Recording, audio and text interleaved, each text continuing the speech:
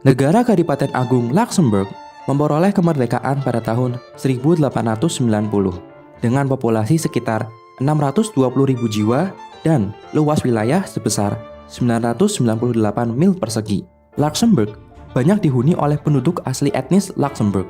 Sisanya adalah etnis Prancis, Portugis, Jerman, dan lainnya. Kembali sebelum mencapai kemerdekaan, pada tahun 53 sebelum Masehi, suku Romawi dan suku Belgia berperang hingga suku Romawi berkuasa sampai abad ke-5 Masehi. Kemudian pada 7 Masehi, Kristen mulai masuk ke wilayah Luxembourg. Agama Kristen dibawa oleh Santo William Burke dan mendirikan biara Benedictine Hector. Setelah kematian Santo William, Luxembourg dihuni oleh Kekaisaran Romawi dan Kerajaan Lotharingia. Pada tahun 963, pemimpin pertama, Ardennes Siegfried, melakukan perdagangan dengan Saint Maximin berupa pertukaran tanah dengan kastil Romawi di sepanjang sungai Alzette. Kastil tersebut lalu diberi nama Luxembourg yang menjadi daerah merdeka dan dijadikan kawasan bagi penerus Siegfried. Siegfried memperluas wilayah Luxembourg dengan cara pernikahan dan penaklukan wilayah.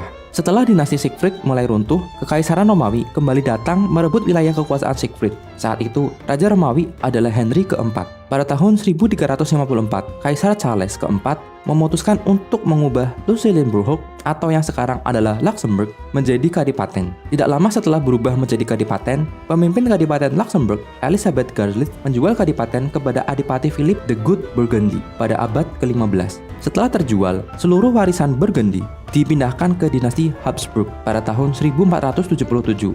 Wilayah Habsburg terpecah karena menuntut pengunduran diri Kaisar Charles kelima pada tahun 1555.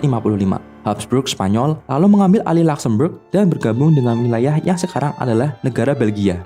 Luxembourg menjadi wilayah yang tidak terarah dan tidak terurus selama 30 tahun perang antara negara di Eropa. Tahun 1635, saat Prancis ikut memasuki perang, Habsburg Spanyol dan Kadipaten Luxembourg mengalami perang kelaparan yang memprihatinkan. Kedamaian di Luxembourg tidak tercapai meskipun ada perjanjian Westphalia pada tahun 1648.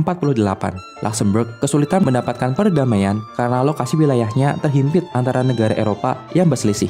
Habsburg Spanyol dan Prancis masih berselisih hingga membuat beberapa perjanjian. Luxembourg menjadi kadipaten yang berganti-ganti kepemilikan karena perang yang tidak berkesudahan antara Habsburg Spanyol dan Prancis. Hingga akhirnya Habsburg Spanyol runtuh pada tahun 1700 karena tidak memiliki penerus dan berganti menjadi Habsburg Austria. Habsburg Austria mempertahankan Luxembourg selama 95 tahun, lalu direbut oleh Napoleon Prancis. Kekalahan Napoleon menyebabkan nasib Luxembourg ditentukan dalam Kongres Vienna pada tahun 1815. Kemudian Luxembourg menjadi kadipaten agung yang merdeka yang terdiri dari Belanda dan Prusia. Selain itu, Luxembourg juga menjadi bagian dari Konfederasi Jerman.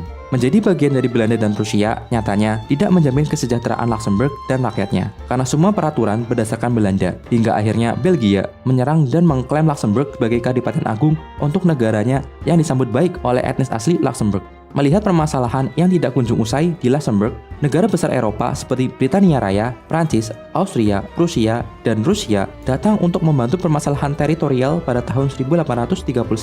Bantuan negara Eropa tersebut membuahkan dua perjanjian London yang berisi penegasan kemerdekaan Luxembourg dan wilayah Luxembourg yang tetap menjadi bagian dari Belanda. Perdamaian di Luxembourg tidak berlangsung lama, karena pada Perang Dunia ke-1 hingga Perang Dunia ke-2, Jerman menguasai otonomi Luxembourg. Jerman tidak mengindahkan netralitas Luxembourg dan memanfaatkan sumber daya untuk kemenangannya sendiri. Selain itu, Jerman juga melarang segala aktivitas di Luxembourg yang berhubungan dengan Prancis, hingga mengubah bahasa Luxembourg dengan bahasa Jerman. Jerman akhirnya meninggalkan Luxembourg pada tahun 1944. Luxembourg kemudian bebas menjadi anggota dari NATO, Uni Eropa, dan PBB. Perjalanan Kadipaten Agung Luxembourg meskipun merdeka pada tahun 1890, namun masih menjadi perebutan kekuasaan antara negara Eropa. Luxembourg belum pernah merasakan damai seperti saat awal Siegfried membeli wilayahnya. Wilayah kecil yang berada di antara negara besar Eropa memang menjadi rawan pertikaian teritorial yang mungkin tidak berujung. Namun, Luxembourg membuktikan bahwa ia bisa merdeka dan menjaga kemerdekaan mereka. Etnis Luxembourg memiliki moto, yaitu "We want to remain what we are", menjadi mantra yang mewujudkan kemerdekaan Luxembourg hingga saat ini.